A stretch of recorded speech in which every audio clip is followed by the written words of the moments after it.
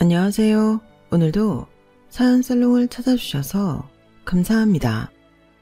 결혼 2년 차에 이혼을 하게 된 여성이에요. 행동이나 생각을 함께하는 짝을 반려라고 하잖아요. 그래서 배우자를 흔히 반려자라고도 하는데요. 솔직히 저는 그 말에 동의 못하겠어요.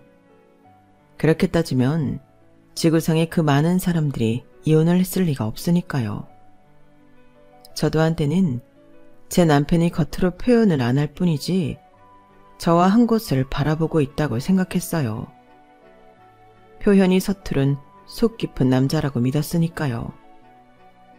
그런데 3년을 살아보니 속이 깊기는 개뿔. 속으로 딴 생각을 하고 있었더라고요. 남편이 생각하는 저는 그저 돈 안 들이고 집안일 부려먹고 자기 부모랑 형제 부양을 떠넘길 수 있는 호구, 그 이상도 이하도 아닌 존재였던 거예요. 차라리 돈을 뺏어갔으면 모를까 사람의 진심을 이용한 남편을 정말 용서할 수가 없었어요.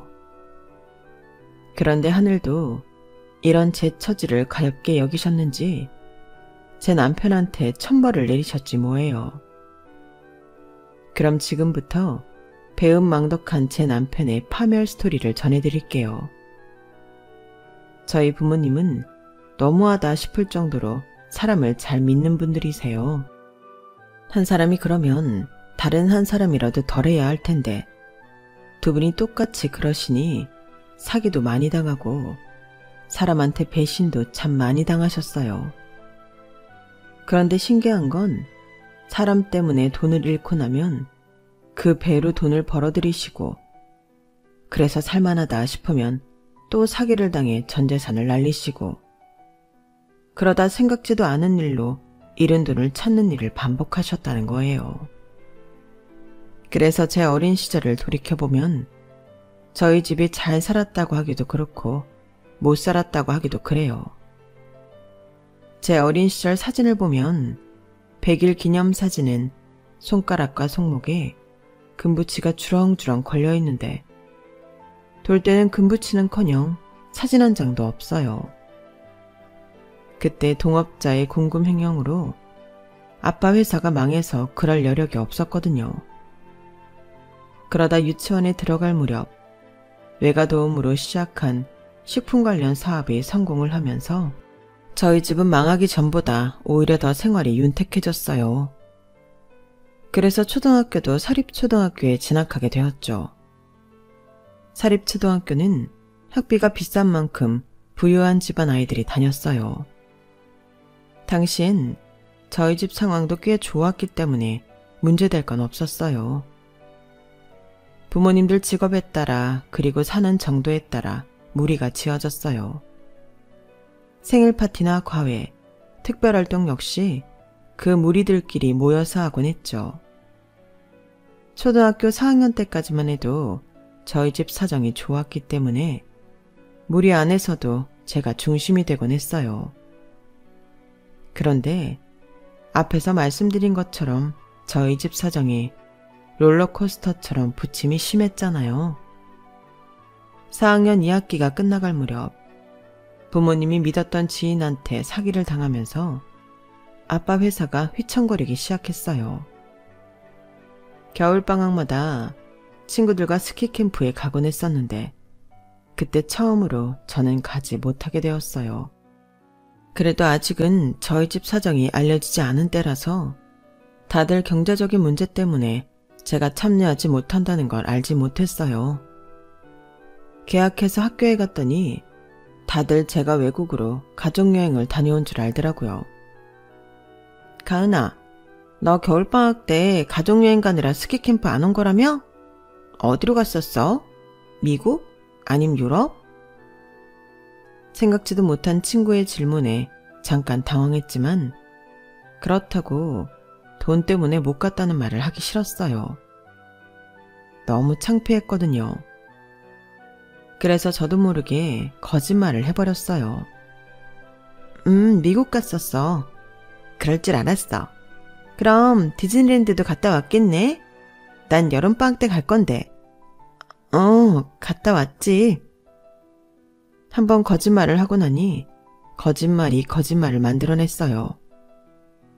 가보지도 못한 미국 여행에 디즈니랜드까지 책임지지 못할 말들을 해놓고 나니 가슴에 돌덩이를 얹어놓은 것처럼 무거웠어요. 그래도 들키지 않았다는 사실에 안도했어요. 하지만 제가 거짓말을 했다는 사실을 들키기까지 그리 오랜 시간이 걸리지 않았어요. 제가 친구들과 함께하던 과외와 특별활동을 그만두게 되면서 저희 집 사정이 좋지 않다는 게 알려지고 만 거예요. 그리고 그때부터 저는 이전과는 다른 학교 생활을 하게 되었어요. 평소 친하게 지내던 친구들이 하나 둘 등을 돌리기 시작했어요. 친구들이 마음이 변한 게 아니라 친구 부모님들의 마음이 변한 거였죠. 경제력이 받쳐주지 않는 집 자식들은 어떻게도 도움이 안 되니 일찌감치 손절하는 게 맞다고 생각하셨던 거예요. 시간이 흐를수록 저희 집 사정은 점점 더 악화되었고 결국 저와 함께 어울리던 무리들 외에 다른 아이들한테도 저희 집이 망했다는 소문이 퍼졌고 결국 저는 학교에서 왕따를 당하게 되었어요. 다른 것도 아니고 돈 때문에 친구도 잃고 학교에서 투명인간 취급을 받게 되자 저는 자신감을 완전히 잃어버리고 말았어요. 그래도 부모님한테만은 학교에서 당하는 일을 알리고 싶지 않아서 아무 일도 없는 것처럼 보이려고 노력했어요. 그리고 티 안 나게 잘해갔다고 생각했어요. 그런데 생각지 못한 변수가 생긴 거예요. 바로 잠꼬대였죠. 어린 나이에 감당하기 힘든 상황에 스트레스를 받아서 그랬는지 제가 밤에 잠꼬대를 심하게 했나 봐요. 그러던 어느 날이었어요. 엄마가 아침을 먹기 전에 제게 그러시는 거예요. 가은아, 오늘은 학교 가지 말고 엄마랑 놀러 갈까? 요즘에 엄마랑 아빠가 바빠서 가은이랑 시간을 못 보낸 것 같아서 그래. 우리 오늘 놀이동산도 가고 맛있는 것도 먹으러 가자. 그치만 학교 안 가면 선생님한테 혼날 텐데? 괜찮아. 엄마가 선생님한테 잘 얘기할게. 그날 엄마와 저는 어린이 대공원에 가서 놀이기구도 타고 집안 사정이 어려워진 이유로 가보지 못했던 패밀리 레스토랑에 가서 스테이크도 먹었어요. 후식으로 아이스크림까지 먹고 난 뒤 엄마가 제 손을 꼭 잡으시곤 그러시더라고요. 가은아, 우리 전학 갈까? 너도 알겠지만 아빠 회사가 어려워지면서 이사도 하고 많은 게 변했잖아. 전처럼 친구들이랑 하던 과외도 못하고 바이올린이랑 특별활동도 못하게 됐고 그러는 과정에서 우리 가은이가 많이 힘들었을 거야. 엄마 아빠가 그 생각을 못했어. 미안해. 엄마는 애써 눈물을 참으셨지만 저는 그러지 못했어요. 그동안 서러웠던 감정이 폭발해 주체할 수 없이 눈물이 흘러내렸죠. 엄마는 그런 저를 꼭 안아주시곤 등을 토닥여주셨어요. 그리고 이틀 뒤 저는 전학을 가게 되었어요. 전학 간 학교에서는 저를 아는 친구들이 없었기 때문에 저희 집 상황을 아는 사람도 없었어요. 이제는 전처럼 친구들한테 무시당할 필요가 없었죠. 하지만 학기 초도 아니고 이미 무리가 지어져 있는 상황에 전학을 간 거라서 아이들과 쉽게 친해지지 못했어요. 더군다나 이전 학교를 다니면서 친구들한테 마음의 상처를 입은 터라 선뜻 마음을 열지 못한 것도 이유라면 이유였을 거예요. 저는 원래 리더십도 있고 활달한 성격이었지만 1년 가까이 힘든 일을 당하면서 성격이 많이 변해버렸어요. 내 앞에서 웃고 있는 친구들이 언제 또다시 싸늘하게 변할지 모른다는 걱정 때문에 먼저 말을 걸지도 못했고 제게 다가오는 친구들한테도 거리감을 두게 되었어요. 그러다 보니 아이들 사이에서 저에 대한 안 좋은 소문이 퍼지기 시작한 거예요. 전에 다니던 학교에서 사고를 쳐서 강제 전학을 한 게 아니냐. 그러니 사립학교에서 공립학교로 전학 온 걸 거다 등등. 저에 대한 확인되지 않은 헛소문이 만들어졌어요. 전 학교에서보다는 사정이 조금 나아지긴 했지만 여전히 저는 마음을 나누는 친구 하나 없이 외톨이로 남은 초등학교 생활을 끝냈어요. 중학교, 고등학교에 들어가고 나서도 사정은 달라지지 않았죠.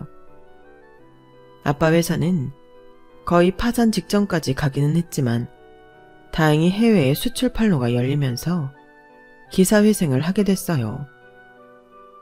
고등학교 1학년 2학기부터는 완전히 생활이 나아져서 전처럼 풍요로운 생활이 가능하게 되었죠. 덕분에 비싼 학원 수업과 과목별 과외도 받을 수 있어서 대학 진학을 하는데 많이 수월했어요. 대학에 진학한 뒤에는 호주로 어학연수도 다녀왔고 취업을 위한 스펙도 차곡차곡 쌓아갔어요.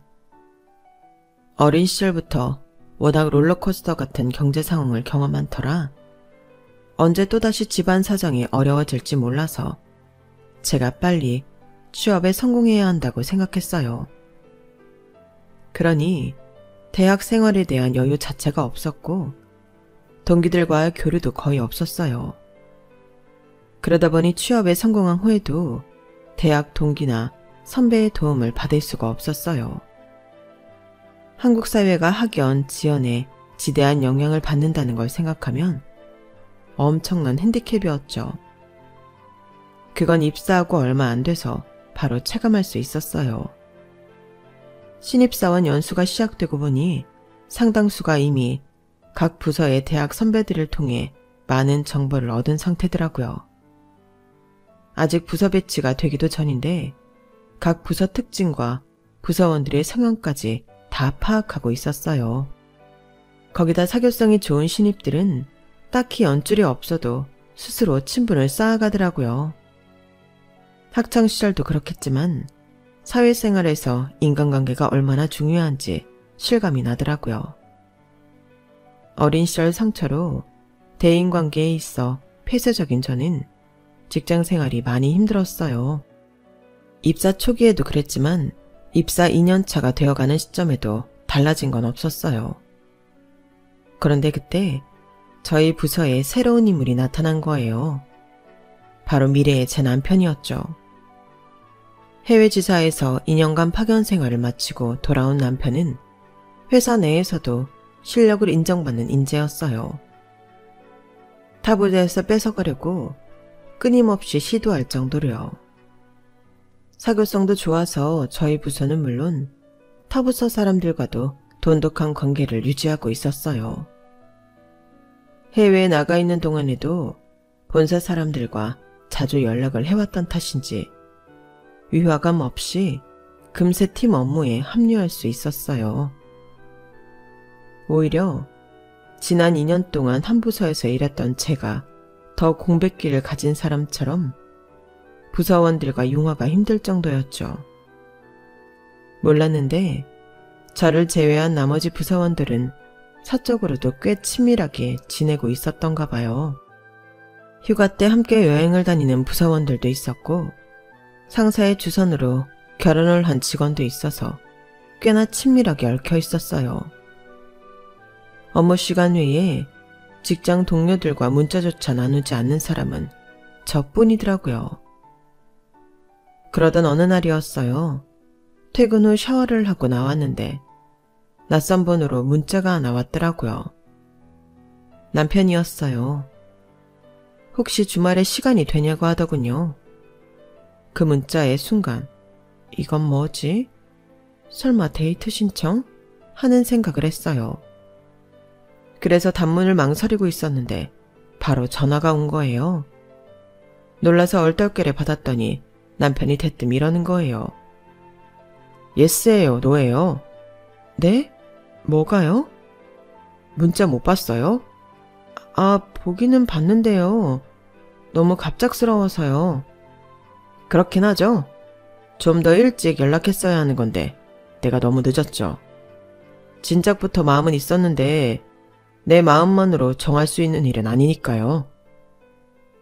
이쯤 되면 바보라고 해도 이 남자가 어떤 의미로 시간이 있느냐 물었는지 알 수 있을 거예요. 그동안 마음의 문을 꽉 닫기 시작한 이후로 저는 친구 사귀는 건 물론 연애조차 해본 적이 없었어요. 그러니 남편의 이 말은 제 인생에서 처음 받은 데이트 신청이나 마찬가지였어요. 그래서 떨리는 목소리로 제 생각을 전했어요. 이런 말하기 창피하지만 전 아직까지 남자를 만나본 적이 없어요. 그래서 윤대리님 문자를 받고 많이 설렜어요. 사실 제가 사교성도 떨어지고 사람들한테 마음을 잘 열지 못해요.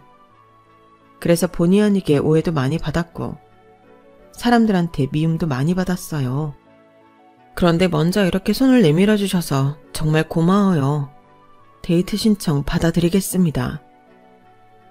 제 딴엔 용기를 내서 한 말이었는데 그런데 수화기 너머에서 아무 소리도 들리지 않는 거예요. 어색한 침묵이 몇 초간 이어지더니 이어 낮은 탄식이 들렸어요. 아, 이거 어쩌죠? 일이 좀 이상하게 됐네요. 문자 하나가 전송이 안 된 것 같아요. 아무래도 제가 큰 실수를 한 것 같습니다. 죄송합니다. 의미를 알 수 없는 말에 고개를 갸웃하는데 뒤늦게 문자 하나가 도착했어요. 과장님 아버님 환갑연이 있대요. 시간 되는 사람들끼리 모여서 가기로 했는데 가은 씨도 갈 거죠? 문자를 확인하고는 너무 창피해서 얼굴이 화끈 달아올랐어요. 과장님 아버님 환갑잔치에 가자는 문자를 데이트 신청 문자로 알고 혼자 설레발을 친 거잖아요. 그것도 모르고 혼자 설레어서 어쩔 줄 몰라 했던 내 자신과 수화기 너머에서 그런 저를 비웃었을 남편을 생각하니 마치 인생이 끝난 것처럼 암담했어요. 그리고 머릿속에선 이 생각만 맴돌았어요. 아, 나 이제 회사 어떻게 다니냐? 그래서 아무 말도 못하고 있는데 남편이 그러는 거예요. 지금 창피해서 죽을 것 같죠? 내일 회사 어떻게 나가나 그 고민하고 있죠? 그럴 거 뭐 있어요. 이참에 데이트하면 되지. 환갑잔치는 저녁 때니까 우리 그날 조금 일찍 만나서 영화 볼까요? 안 그래도 보고 싶은 영화가 하나 있는데 나랑 같이 봐줄래요? 남편은 제가 민망해할까봐 은근슬쩍 데이트 신청을 끼워 넣었어요.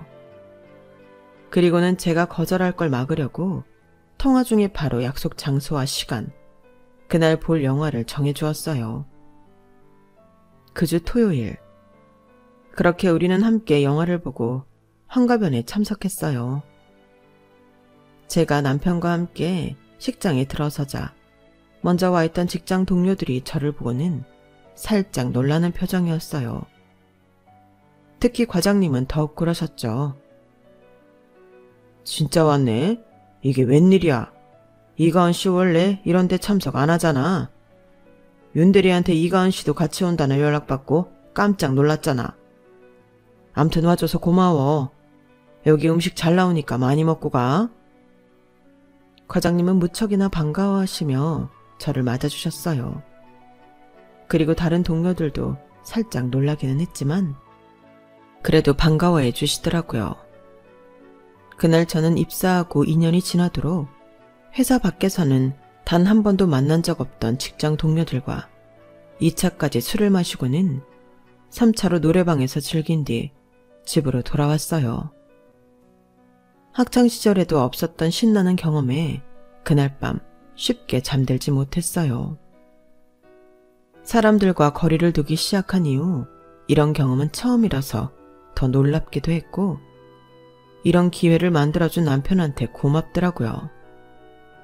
그날 이후 저는 동료들과 조금씩 어울리기 시작했어요. 남편이 중간에서 다리가 되어 주었거든요.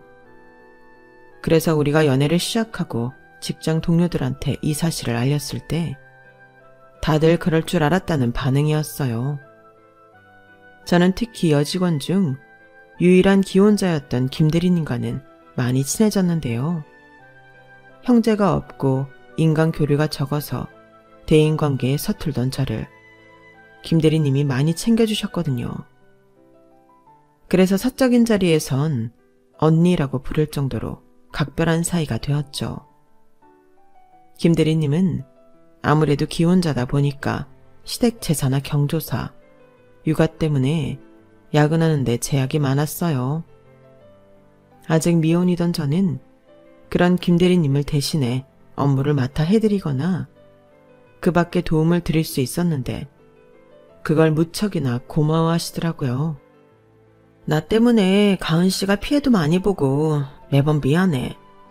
핑계라고 해도 좋은데 여자가 육아랑 살림을 하면서 직장 일을 한다는 게 쉬운 게 아니야. 어쩔 땐 그냥 회사 때려치우고 살림이나 할까 싶기도 하다니까.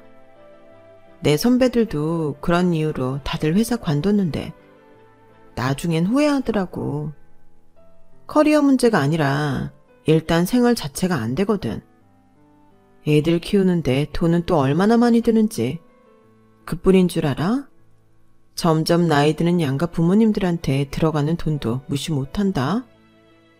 우리 집만 해도 작년에 시아버지가 암 수술하시면서 일 그만두신 뒤로 아주버님네랑 우리랑 생활비 보조해드리고 있는데 내가 일 그만두면 그걸 어쩌겠어. 게다가 시동생은 아직 대학 졸업도 못했는데 등록금은 어쩌고. 외벌이로는 답이 안 나와. 가끔 내가 왜 일찍 결혼해서 이 고생을 하나 싶다니까. 가족하면 내 가족 사는 문제에 양가 가족들 문제까지 함께 떠안는 거라고 생각해야 돼. 그러니까 가은 씨는 결혼 천천히 해. 나처럼 고생하지 말고. 업무적인 꿈뿐만 아니라 현실적인 조언도 많이 해주던 김 대리님은 결국 이듬해 가을에 퇴사를 하셨어요. 둘째 출산 후 복귀를 한 지 한 달 만이었죠.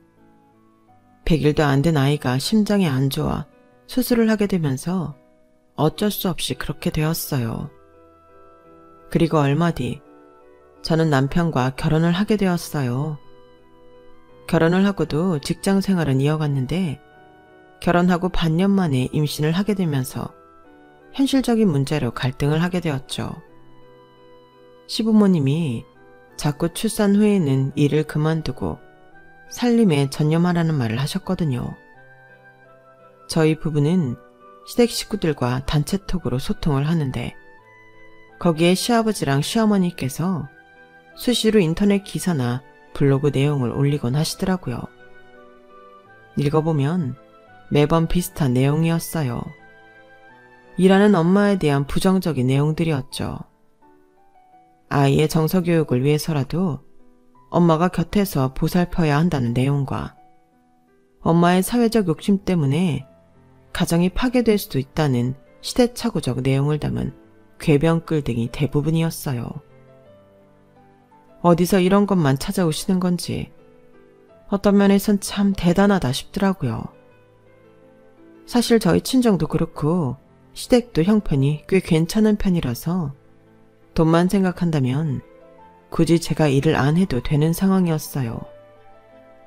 하지만 꼭 돈 문제가 아니라 제 인생도 있는 거잖아요.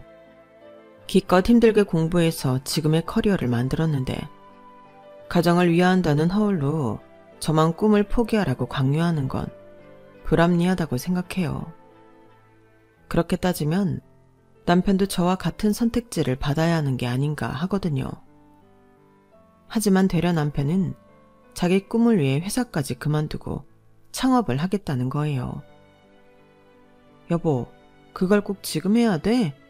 나 출산하면 한동안 육아휴직 해야 할 텐데 그럼 우리 생활비는 어떻게?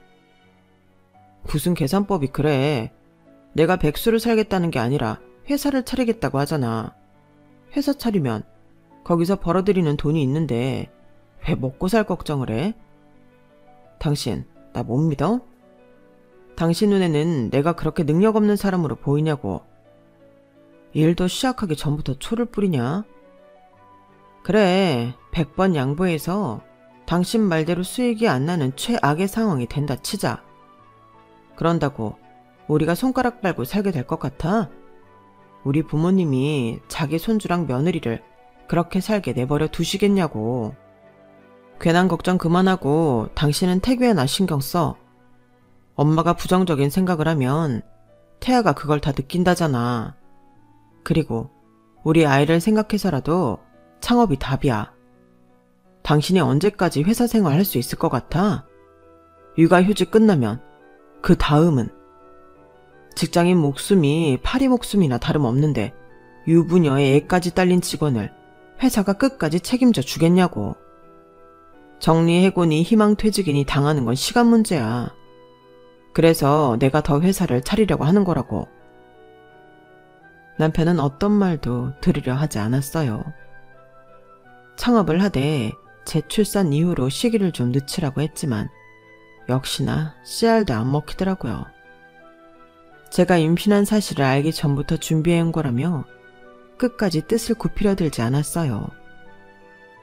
결국 몇 달 뒤 남편은 퇴사를 했고 뒤이어 회사를 차렸어요. 뒤늦게한 사실이지만 남편이 창업을 하는데 시부모님 돈과 더불어 제 친정 부모님 돈도 상당히 들어갔더라고요. 저희 부모님이 사람을 무턱대고 믿는 경향이 있잖아요. 이번에도 역시 사위의 가머니설에 홀라당 넘어가 버린 거였죠. 딸내미 속은 타들어가는 줄도 모르고 말이에요. 사업을 시작한 남편은 한동안 엄청 바쁘게 지냈어요. 전 직장에서 자신이 담당했던 거래처 대표들을 만나 영업을 하는 것까지 도맡아야 했거든요. 그래서 전보다 접대할 일이 많아서 술을 마시고 들어오는 날이 많았어요. 그렇게 시간은 흘러 재출산일이 되었어요. 미리 짐도 싸둔 터라 큰 걱정은 없었어요. 그런데 뭐? 출장을 간다고? 나 몸 상태가 아무래도 곧 출산이 임박한 것 같은데 혼자 어떻게 해? 나 무서워. 나도 할 수만 있다면 안 가고 싶어. 근데 우리 회사 입장에선 놓칠 수 없는 거래처야. 가장으로서 내 가족을 먹여 살리려면 희생해야 하는 부분도 있잖아. 그건 당신이 이해 좀 해줬으면 좋겠어. 가능한 한 빨리 끝내고 올게. 내가 장모님한테 연락해 놨으니까 너무 걱정 말고. 알았지? 남편은 하필 제 출산일에 출상을 떠났어요. 해외 출장이라서 금방 끝난다고 해도 2, 3일은 걸리는 일정이라서 저는 친정 부모님과 함께 병원으로 향했어요. 6시간의 진통 끝에 출산을 하자 눈물이 차오르더라고요. 힘들어서 그랬는지 가슴이 벅차서 그랬는지 모를 정도로 정신이 없었어요. 남편은 해외에 있어서 아직 연락이 되지 않았어요. 친정 부모님과 시부모님, 시누이가 남편의 빈자리를 대신해 주었어요. 이틀 뒤 남편은 한국에 들어오자마자 병원으로 달려왔어요. 제 출산 소식에 서둘러 오느라 일정을 당겨서 그런가 많이 지쳐 보이더라고요. 며칠 사이 수염도 까칠하게 올라있고 잠도 제대로 못 잤는지 얼굴도 많이 초췌해 보였어요. 남편이 도착하기 전까지는 내심 서운한 마음이 있었는데 막상 이런 남편 모습을 보니 서운한 마음은 눅놓듯 사라져버렸어요. 남편은 조그마한 딸아이를 가슴에 안고 한참을 들여다보았어요. 눈, 코, 입 어느 곳 하나도 빠지지 않고 눈에 담겠다는 듯 말이죠. 비록 남편 없이 출산을 하느라 걱정도 많이 되고 서운한 마음도 들었지만 우리 딸아이가 어디 한 곳 이상 없이 건강하게 낳아줘서 너무나 감사했어요. 출산 후 육아휴직 기간을 다 채운 저는 다시 복직을 했어요. 예전에 김 대리님이 수없이 말해주었던 것처럼 육아와 직장 생활을 겸하는 건 정말 힘든 일이더라고요. 몸도 힘들지만 정신적으로 너무 스트레스를 많이 받아서 금방이라도 멘탈이 무너져 내릴 것만 같았어요. 그래서 주말에 딸아이를 엄마한테 맡기고 퇴직 후 전업주부를 살고 있는 김 대리님을 찾아갔어요. 심장이 안 좋아 큰 수술을 받은 둘째 아이를 위해 퇴사까지 한 김 대리님은 다행히 아이가 완쾌해서 지금은 집 근처에서 테이크아웃 전문 카페를 하고 계셨어요. 저는 카페에 도착해 김대리님을 보자마자 울컥해서는 어린애처럼 그동안 서러웠던 감정들을 쏟아냈어요. 김대리님은 그런 저를 토닥여주며 투정에 가까운 제 얘기를 싫은 내색 하나 없이 다 들어주셨어요. 오랜만에 편한 사람을 만나 수다를 떨고 나니 가슴을 옥죄던 힘이 풀린 기분이 들었어요. 그런데 그때였어요. 휴대폰에서 톡 도착음이 울리더니 액정에 톡 메시지가 떠올랐어요. 제가 톡 설정을 메시지가 도착하면 액정에 전체 내용이 오르도록 해놓았거든요. 톡을 보낸 사람은 신우이였어요. 저희 부부와 시댁 식구들로 구성된 단체방에 메시지를 올린 모양이더라고요. 그런데 그 내용이 조금 이상했어요. 단체방에 올릴 내용이 아니었거든요. 오빠, 올케 출산하던 날 오빠가 다경 언니네 아빠 장례식에서 상주 노릇하고 있었다는 게 사실이야? 올케가 알면 어쩌려고 그래. 미치지 않고서야 와이프가 애 낳는데 헤어진 전 여친 아빠 장례식장 뭐하러 가? 암튼 올케 모르게 조심해. 김대리님과 저는 그 문자를 함께 보았어요. 둘이곤 둘 다 충격에 빠져서 아무 말도 못하고 서 있었죠. 방금 내용 뭐야? 가은이 너 출산할 때 윤대리가 전 여친 아빠 장례식에서 상주 노릇 하고 있었다 그랬지? 어머 세상에 가은아. 카톡 들어가서 메시지 내용 다시 확인해봐. 얼이 빠져있던 저는 김대리님 말에 얼른 톡에 들어가 봤어요. 그런데 그 사이 신우이가 메시지 내용을 지웠더라고요. 단체방에 올린 사실을 뒤늦게 알고 전송 취소를 한 모양이었어요. 야, 웃기는 인간이네? 아니, 생각이 있는 사람이 없는 사람이야?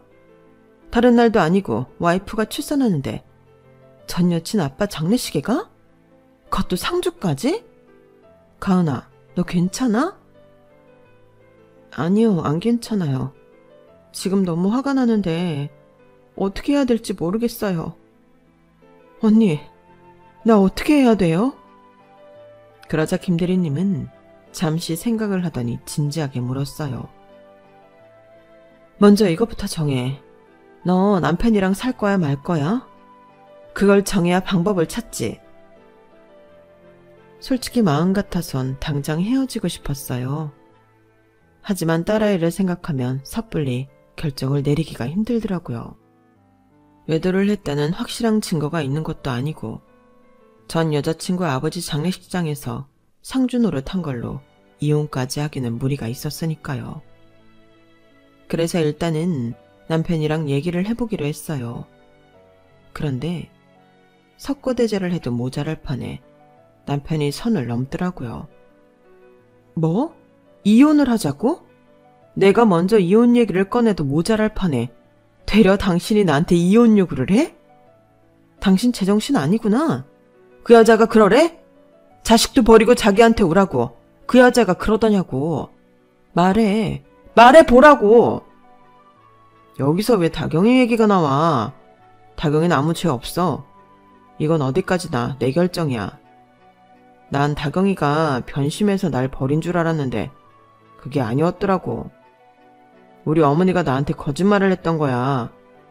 그걸 알자마자 난 당신이랑 헤어질 결심을 했어. 우리 부모님이 그렇게 반대만 안 하셨어도 난 진작에 다경이랑 결혼했을 테니까.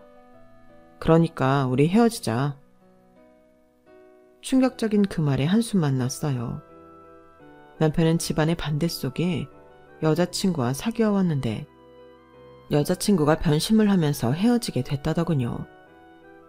그 충격에 해외 지사로 자원해 한국을 떠났다가 돌아와 저와 결혼을 했던 거예요. 그런데 제가 출산을 하기 얼마 전 지인을 통해 전 여친이 변심해 자신을 떠난 게 아니라는 걸 알게 됐고 이후 저를 속인 채 만남을 지속했더라고요. 저와 이혼하고 둘이 결혼하기로 약속까지 했다나요? 그러니 당연하다는 듯 전 여자친구 아버지 장례식장에서 상주 노릇까지 했던 거예요. 어린 시절 느꼈던 인간에 대한 배신감을 세월이 흘러 내 남편한테 또다시 느끼게 될 줄은 몰랐어요. 자신의 유책 사유를 밝히면서까지 당당하게 이혼을 요구하는 뻔뻔함엔 치가 떨릴 정도였어요. 당신이 원하는 게 이혼이라면 난 절대 이혼 안 해줄 거야. 내가 하고 싶다는 마음이 들 때 그때가 우리가 이혼하는 날이야. 그게 1년 뒤일지 10년 뒤일지 그건 내가 정하는 거야. 그때까지 당신은 남편으로서 아빠로서 책임을 다해. 사실 남편한테는 정남이가 다 떨어졌지만 그 인간이 원하는 대로 해주기 싫어서 어거지를 부렸어요. 그리고는 김대리님을 찾아가 상의를 하고는 업체에 의뢰해 남편과 남편의 전 여자친구에 대한 뒷조사를 했어요. 이혼할 때 조금이라도 남편한테 타격을 주기 위해서였는데 얼마 뒤 재미있는 상황이 벌어진 거예요. 생각지도 못한 빅 이벤트였죠. 이거 하나면 남편한테 빅엿을 날리며 복수를 할 수 있을 것 같았어요. 그래서 남편한테 이혼을 조건으로 걸고 마지막으로 지인 결혼식에 함께 참석해달라고 했어요. 결혼식만 같이 가주면 이혼하기로 한 약속 꼭 지켜. 걱정하지 마. 난 내 입으로 한 말은 꼭 지키는 사람이니까. 당신이야말로 이혼하기로 한 그 약속 반드시 지켜. 그리고 하나 더. 양육권이랑 친권 나한테 넘겨. 그래. 이혼만 해준다면 뭐든 해줄게. 각서를 쓰라면 당장이라도 각서 써줄게. 남편은 제가 먼저 말을 꺼내기도 전에 자진해서 각서까지 써줬어요. 그리고는 신이 나서는 출발 시간도 되기 전에 주차장으로 내려가 차에 시동을 걸고 있었어요. 아주 신이 나 보이더라고요. 그래, 네가 언제까지 웃을 수 있는지 한번 보자. 속으로 칼을 갈면서 남편과 함께 결혼식장으로 향했어요. 결혼식장 주차장에 도착한 저는 남편한테 물었어요. 누구 결혼식인지 궁금하지 않아? 그건 알아서 뭐해. 앞으로도 볼 일도 없는 사람일 텐데. 그나저나 당신 약속한 거 꼭 지켜. 결혼식 끝나고 바로 이혼하는 거다. 걱정하지 마. 그 약속은 꼭 지킬 테니까. 누구 결혼식인지 관심도 없는 남편은 식장에 들어갈 생각도 않고 어딘가에 계속 전화를 걸어댔어요. 상대가 전화를 받지 않는지 애가 타는 얼굴이더라고요. 드디어 식장에 하객들이 차고 곧 식이 시작된다는 방송이 나왔어요. 남편도 식장으로 들어오더라고요.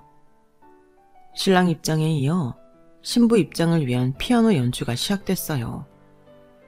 그러거나 말거나 남편은 어딘가에 문자를 보내느라 바쁘더라고요. 여보, 신부가 말이야. 딱 자기 스타일인 것 같은데 한번 봐봐. 그 말에 남편은 휴대폰에서 시선을 떼고 버진옷을 위를 걸어오는 신부를 올려다봤어요. 그리고는 외마디 비명을 질렀어요. 안 돼! 남편의 비명소리에 식장 안의 하객들은 물론 버진로드 위 신부도 남편을 향해 시선을 돌렸어요. 그리곤 귀신을 본 사람처럼 놀라서 그 자리에 굳어버렸죠. 버진로드 위 신부는 다름 아닌 남편의 전 여친이었거든요. 다경아, 네가 왜 거기 있어? 나랑 결혼하기로 했잖아. 내 와이프가 이혼 안 해줄까봐 그래? 그런 거라면 걱정하지 마. 와이프가 이혼해준다고 그랬어. 여보, 말 좀 해줘. 당신이 이혼해주기로 한 거 맞지? 그지? 아주 웃기지도 않더라고요. 자기 버리고 딴 남자랑 결혼하려는 여자한테 비빌거리며 애걸복걸하는 꼴이라니. 남편은 말 좀 해달라고 자꾸 닥달했지만 저는 이 인간 똥줄 타라고 일부러 대답을 안 해줬어요. 하지만 가정 있는 남자 흔들어서 단물 빼먹고 버리는 여우 같은 년도 도저히 용서할 수가 없었어요. 그래서 보란듯이 한마디 해주고 나왔어요. 여자한테 홀려 가정도 버리겠다는 놈이나 자식까지 있는 유부남이랑 붙어먹다가 단물 빠지니까 버리는 년이나 똑같은 것들이 놀고들 있다. 니들 문제는 니들 둘이 알아서 해. 나한테까지 더럽게 똥물 튀기지 말고. 제가 결혼식장을 빠져나오는데 안에서는 아주 난리가 나버렸어요. 자기를 버리지 말라고 울며불며 매달리는 남편과 그런 남편과 손절하려고 스토커라며 경찰을 불러달라고 외치는 전 여자친구. 이게 무슨 개망신이냐며 주저앉아 울부짖는 신랑 측 어머니까지. 아주 난리도 아니었어요. 그러거나 말거나 저는 알 바 아니었어요. 금이 간 쪽박은 내 발로 깨버리고 최대한 내가 챙길 수 있는 거를 긁어 모으는 데 집중했어요. 딸아이 양육권과 친권, 그리고 친정아빠가 남편 회사에 투자해준 투자금 회수, 남편과 상간녀에 대한 위자료 청구 등 하나도 빠짐없이 정리해 받아냈어요.